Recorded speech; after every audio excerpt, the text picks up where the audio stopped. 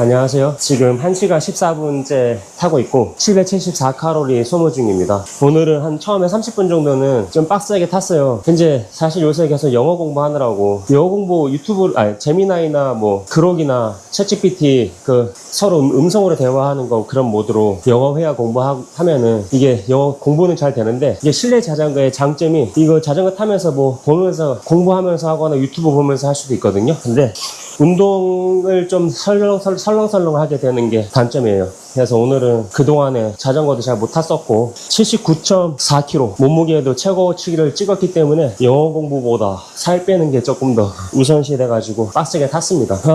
제가 이제 다음 주에는 남미를 가는데 다음 주 월요일날 출국을 하거든요. 다음 주 월요일날 출국을 해서 한 40 며칠 정도 있다가 오는데 사실 한 동행분이 계셔가지고 한 3주는 같이 다니는데 앞으로 10일 그리고 뒤로 한 5, 6일 정도는 혼자 다녀야 돼요. 근데 그 기간 동안에 아마존하고 뭐 여기저기 갈 건데 그거에 대한 항공권만 끊어놨지 세부적으로 어떻게 이동하고 어떻게 해야 되는지 뭐 한 개도 알아보지 못한 상태라서 이제 오늘부터 오늘 내일 모레 이 정도는 빡세게 자료 조사를 해야 될 것 같은데 근데 사실 대만이랑 일본은 여행하기가 되게 편했어요. 저처럼 여행 초보자도 영어도 못하지 뭐 중국말도 못하고 일본어도 못하는데 그냥 가서 음식 시키면 되고 대중교통도 잘 돼 있으니까 지하철이나 버스, 택시 이용하는 거 전혀 문제가 없었고 구글 지도로 이제 대중교통도 지하철이 몇 시에 딱 오고 몇 시에 도착한다 뭐 무슨 역을 지나고 있다 이게 다 나오더라고요. 인터넷도 다 잘 되고 하니까 길거리에서도 물론 저거 막 로밍하고 이심 유심 다 해서 갔어요. 그러니까 여행 난이도가 엄청 낮아가지고 저는 약간 인도 이런 데를 여행하는 거를 되게 재밌어 하거든요. 그러니까 도시를 여행하는 거는 제 취향은 좀 아닌 것 같다 라는 생각을 많이 느꼈습니다. 그러니까 풍광이나 음식 이런 거에 대해서도 한국에서 먹어봤던 것들이라서 사실 일본과 대만 여행은 국제공항 이용하고 ATM기 활용하고 뭐 이것저것 연습하는 남미의 여행 연습을 목적으로 갔었다라는 거고 근데 남미는 반대로 유튜브에서 보니까 그 변수가 너무 많아서 그 변수로 인해서 투어가 만약에 버스가 고장나고 그 비행기도 연착이 되고 그로 인해서 비행기를 놓치는 경우도 있는 걸 유튜브로 봤어요. 그리고 이제 휴대폰 절도, 강도, 흉기를 위협해서 물건을 뺏어가는 그런 것도 꽤 많다고 하더라고요. 그리고 또 영어를 잘하는 사람 만나기가 쉽지 않대요. 근데 뭐 어차피 저는 반대로 생각하면은 저도 영어를 못하고 거기는 주로 스페인어를 쓴다고 하는데 저도 영어를 못하니까 저는 뭐 어쨌든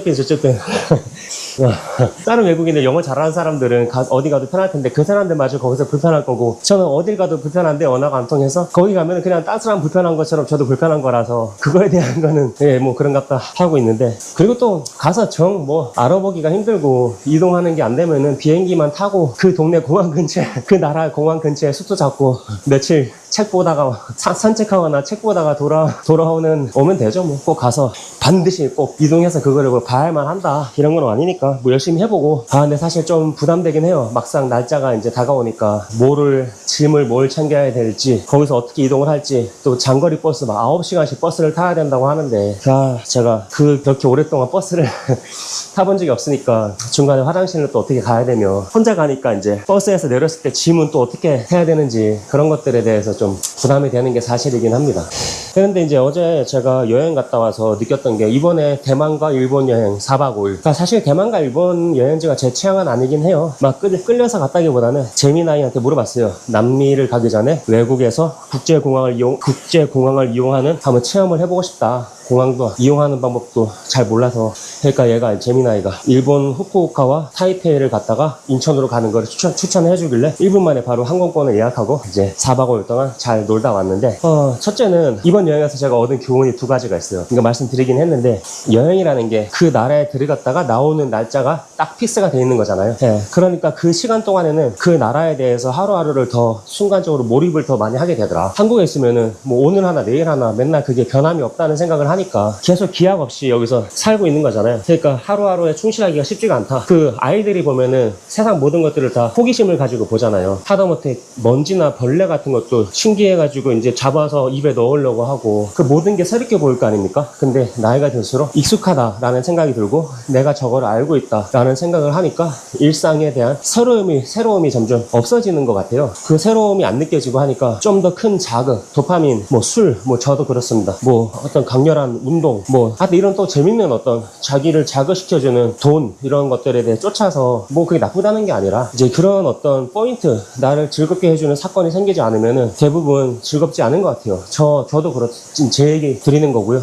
근데 이런 사람, 저 같은 사람도 해외여행을 딱 갔다 그러면은 물론 정도의 차이는 있겠죠. 자기 취향인 나라가 있고 아닌 나라가 있으니까. 그렇게 됐을 때는 일반 그 나라 사람들이 아무렇지도 않게 지나치는 뭐랄까 하찮은 사소한 뻔한 것들이라 하더라도 그걸 처음 보는 외국인들, 관광객들한테는 굉장히 재미있는 신기한 장면으로 기억이 될 수도 있는 거잖아요. 호기심의 대상이 될 수도 있는 거고. 그래서 이렇게 느낀 게 뭐냐, 기간이 정해져 있으면은 좀 더 몰입하기가 좋고, 똑같은 사물을 본다 하더라도 내가 다른 시각으로 접근하면은 보다 더 즐겁게 하루하루 삶의 질을 높일 수 있지 않을까, 한국에서도. 두 번째는 일단 여행이라는 단어 자체가 뭔가 그 단어에 힘이 있는 것 같아요. 그러니까 여행뿐만 아니라 뭐 사랑, 즐거움, 뭐 하여튼 모든 것들. 그러니까 어쨌든 여행이라는 단어, 내가 지금 여기서 사는 거는, 지금 집에서 일어나서 운동하는 거는 그냥 일상이라고 제가 생각을 하잖아요.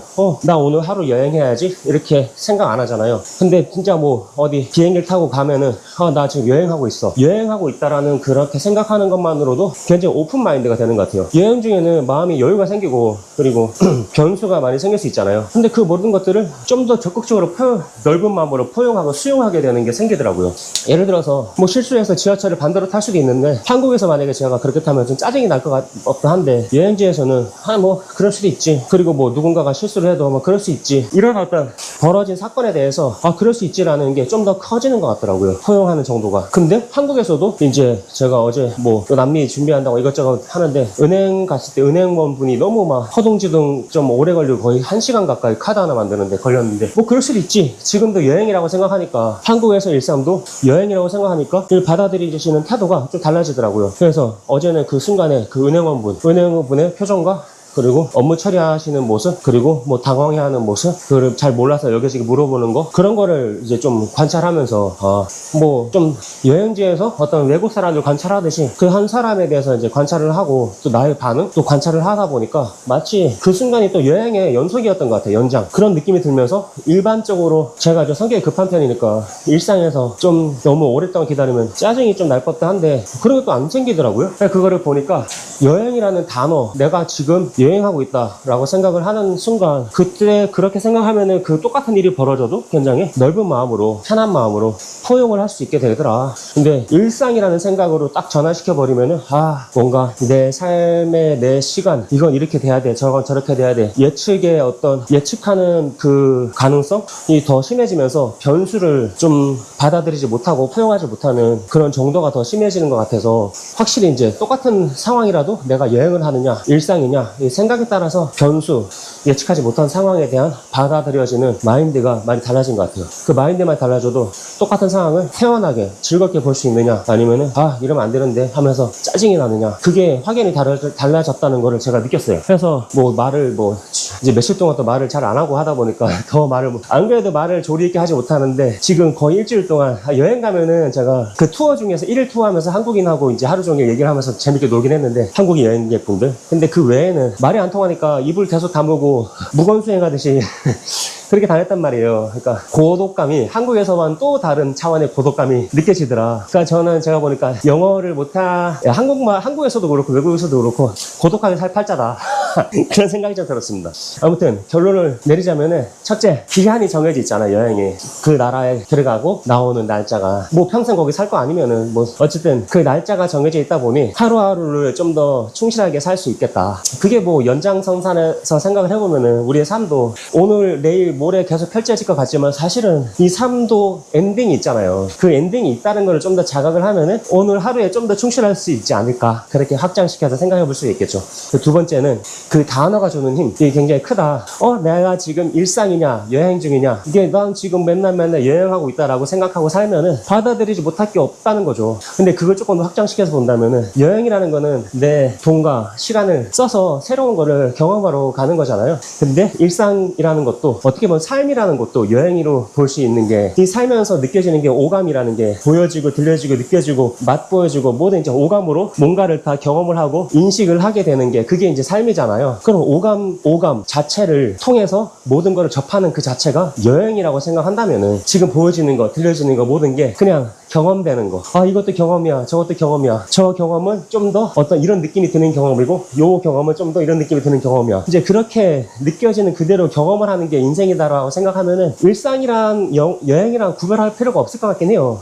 근데 그 정도 수준까지 가려면은 좀 더 자기 습관을 억지로 바꾸는 노력을 해야 되긴 할 것 같아요. 예를 들어서 저 같은 경우에는 뭐 이렇게 기다리는 거 잘 못하고 뭐 줄 서가지고 먹고 뭐 오래 걸리는 거 잘 한참 이렇게 빨리빨리 하는 게 저는 습관이 되어 있는 사람이라서 느리게 하는 때에서 약간 화가 나거든요. 근데 왜 내가 지금 그럴 때마다 이제 알아차리면 되겠죠.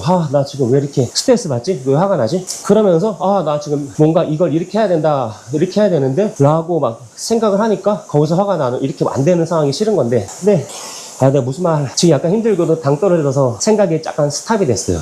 아무튼 그런 화가 난다, 그런 어떤 느낌 자체를, 화가 나는 느낌을 내가 싫어하니까, 자꾸 그 느낌이 싫으니까 이거를 빨리 없애고 싶으니까 이렇게 해야 되는데, 이렇게 하기 위해서 또 화나는 감정, 이런 내가 싫어하는 느낌이나 이런 거를 없애기 위해서 더 이렇게 해야 되는데 라고 하면서 지금 상황을 부정하는 거잖아요. 근데 지금 상황 자체를 부정할 필요 없고, 이렇게 해야 된다라는 생각도 내려놓고, 그러다 보면 지금 상황이 좀 안 좋은 느낌이 일어난다 하더라도 지금 안 좋은 느낌이 일어나는구나, 안 좋은 느낌을 경험을 해보자, 열린 마음으로. 여행 가서도 물론 이제 한국에서보다 외국 가면은 저는 좀 불편하더라고요. 언어도 그렇고 메뉴도 잘 모르겠고. 근데 그 불편함을 감수하더라도 어떤 새로운 경험을 하는 게 재밌긴 하잖아요. 그러니까 안 좋은 느낌, 일상에서 살아갈 때 내가 원치 않는 상황, 이런 것도 그냥 여행 중에 느껴지는 불편함 경험이지만, 그런 경험들이 또 쌓여가면서 어떤 삶의 다채로운 또 경험을 주는 거지 않을까. 그러니까 너무 불편하거나 내가 원치 않는 상황이 펼쳐진다 하더라도 그거를 거부하지 말고, 마치 여행 중에는 불편한 부분을 경험하듯이 그런 것도 받아들이면서 경험하면은 되지 않을까. 너무 제가 지금 교과서적인 말만 하고 있잖아요. 저도 그렇게 못 살아요. 근데 저는 제가 사실 이렇게 얘기를 하면서 도움이 좀 되는 거라서 여러분 감사드리고 있습니다. 오늘도 여기까지 하겠습니다. 좋은 하루 되세요.